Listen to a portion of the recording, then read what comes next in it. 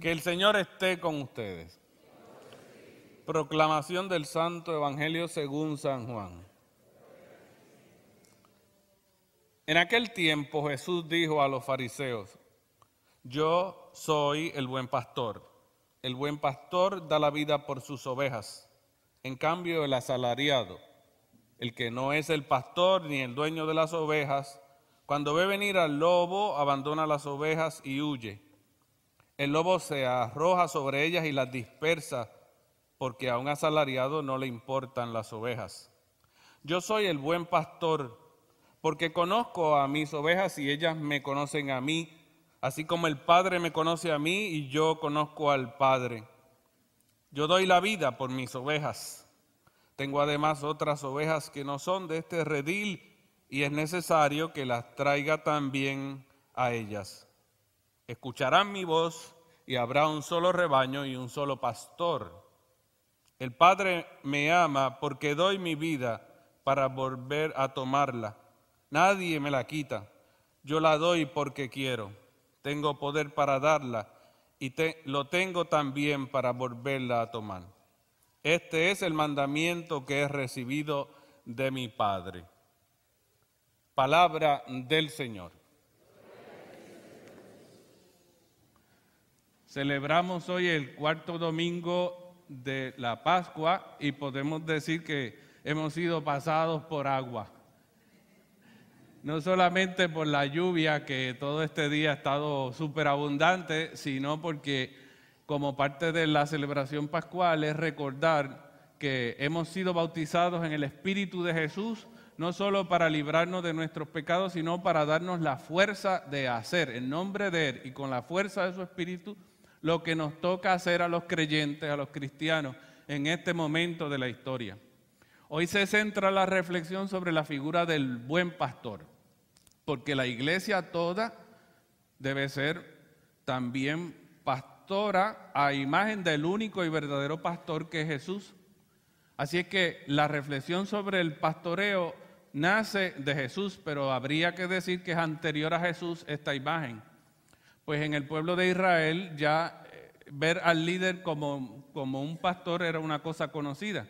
Pero 1000 años antes de Jesús, en el tiempo del faraón de Egipto, el faraón de Egipto también era visto como pastor. De hecho, cuando uno ve las esfinges de los féretros estos egipcios, va a ver que tiene aquí en la mano un pequeño cayado y en la otra mano, cuando la pone así, tiene un pequeño fuete o espantapájaros o para guiar, ¿no?, a las ovejas. Pero todavía anterior a eso, en el pueblo griego, el dios griego Hermes era considerado como un pastor y hay una imagen, una representación pictórica de él trayendo a un cabrito, ¿no? Así es que es interesante que tanto en la figura religiosa como en la figura política había una identificación de este como uno que trataba a sus súbditos con amor, con cariño, como si fuera un pastor.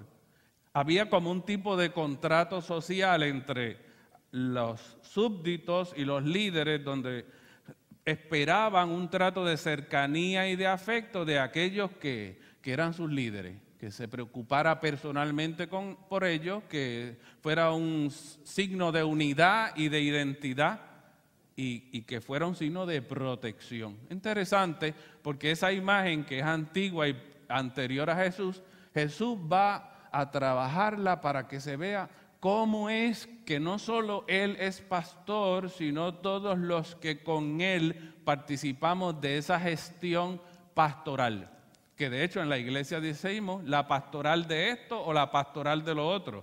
De ahí es que surge, ¿no?, la pastoral de enfermos, la pastoral catequética, la pastoral litúrgica, porque tiene todo ese ropaje de que tiene que ser una gestión personal, de cercanía, de protección, de salir al frente de los demás. Y Jesús, que le está haciendo una crítica a los líderes religiosos de aquel tiempo, y por eso no las puede hacer a nosotros si no cambiamos la mente y el corazón y estamos como los de aquel tiempo.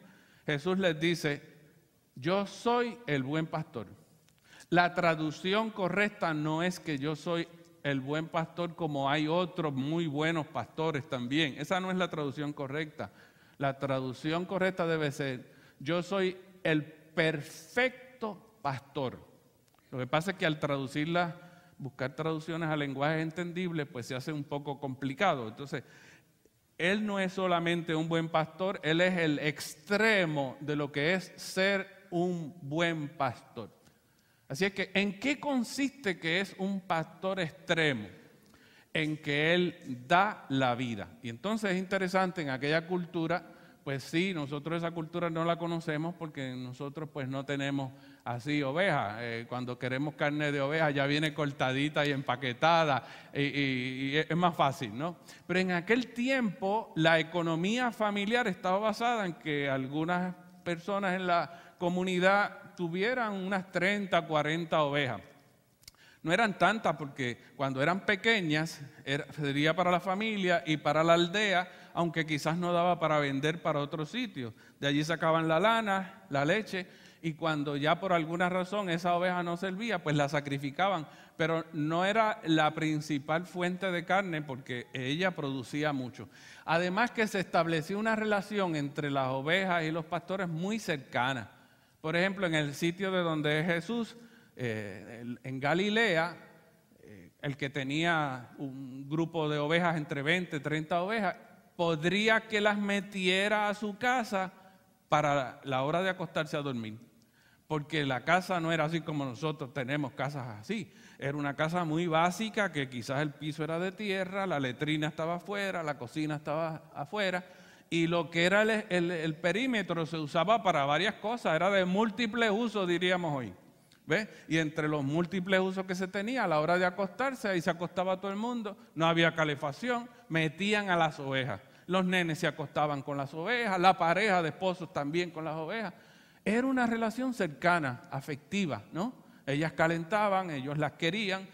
En ese escenario es que hay que darse cuenta cómo Jesús establece una relación directa. Claro, Él dice que las conoce por su nombre, que ellas los conocen.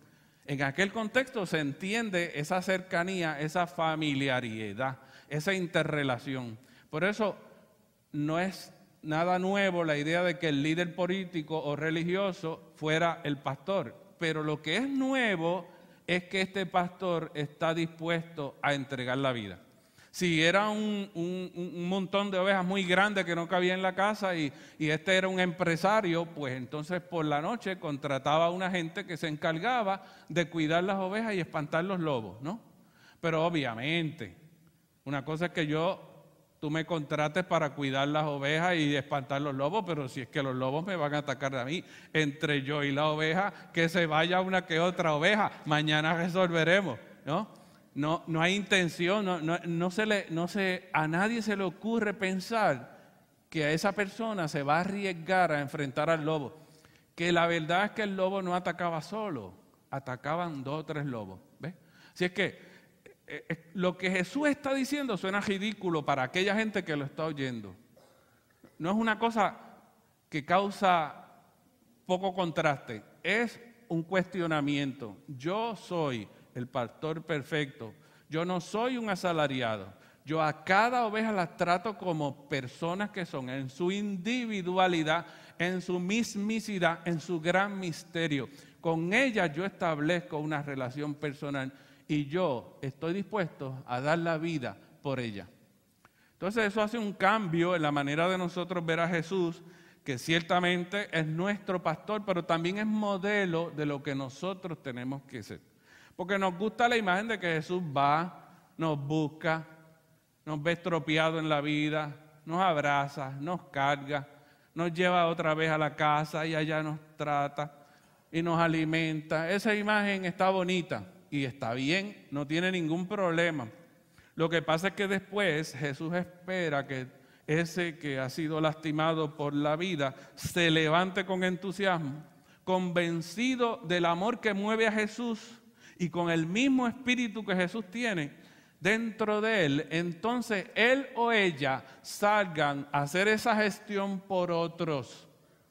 Por tanto, la reflexión sobre el pastor no se queda en que si el obispo es pastor, que de hecho el obispo es pastor, que si el párroco es pastor, que sí, eso es así.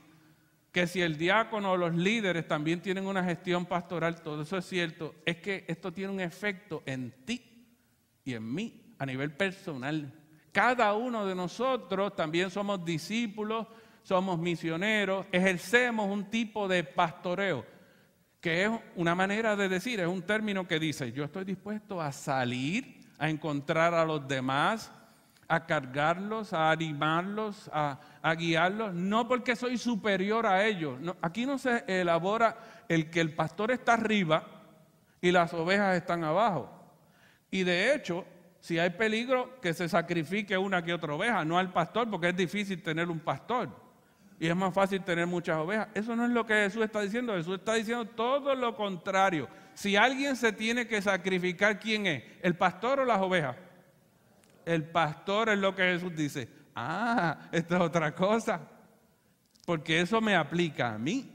Se supone que yo entonces identifique a otra gente dolida y golpeada por la vida y yo me arriesgue y deje mis espacios seguros y me encuentre con ese o con esa y me preocupe por él y por ella y con lo que soy enfrente el riesgo. O sea que no es una cuestión conceptual o de buenos sentimientos, es estar dispuesto a salir, a encontrarse con los otros y a dar la vida. Y en ese sentido, esa función de pastores y pastoras aplica a todos nosotros porque es necesario hoy. Hoy vemos un mundo que necesita que haya mucha gente con corazón de buenos pastores y de buenas pastoras a aliviar al mundo. No tenemos que resolver los problemas. Esa no es nuestra tarea porque quizás están por encima de lo que podemos hacer.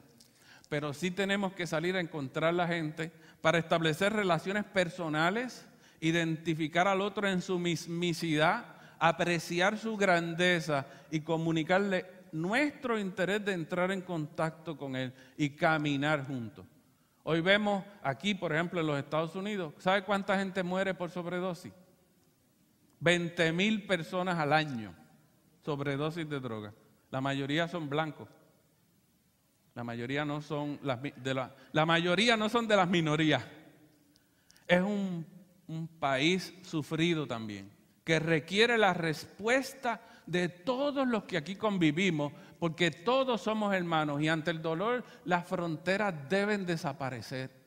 Es cuestión de identificar a gente que convivimos y que tenemos también la responsabilidad de preocuparnos por ellos, acercarnos a ellos, arriesgándonos, porque siempre acercarse a otro y tomar la iniciativa es un riesgo, pero eso es lo que Jesús espera de nosotros, sus discípulos, sus discípulas, que tenemos que hacer esa función de ser discípulos, pero también misioneros, de ser pastores. Y como el mismo Maestro nos ha enseñado, el que entre ustedes sea el primero, conviértase en el servidor de sus hermanos, lave lo más sucio que tienen sus hermanos, que tiende a ser los pies. Y ahora nos dice, no solamente eso, estén dispuestos a dar la vida por ellos. No es dar la vida por Dios. Ahí eso suena bien bonito, ahí está fácil. Es dar la vida por los otros. Que esta reflexión nos ayude a seguir madurando en esta época hermosa de la Pascua, donde el agua significa que nosotros hemos sido bañados del Espíritu de Dios, el Espíritu de Jesús, para hacer en el mundo lo que nos toca hacer solo a nosotros los cristianos. Dios los bendiga.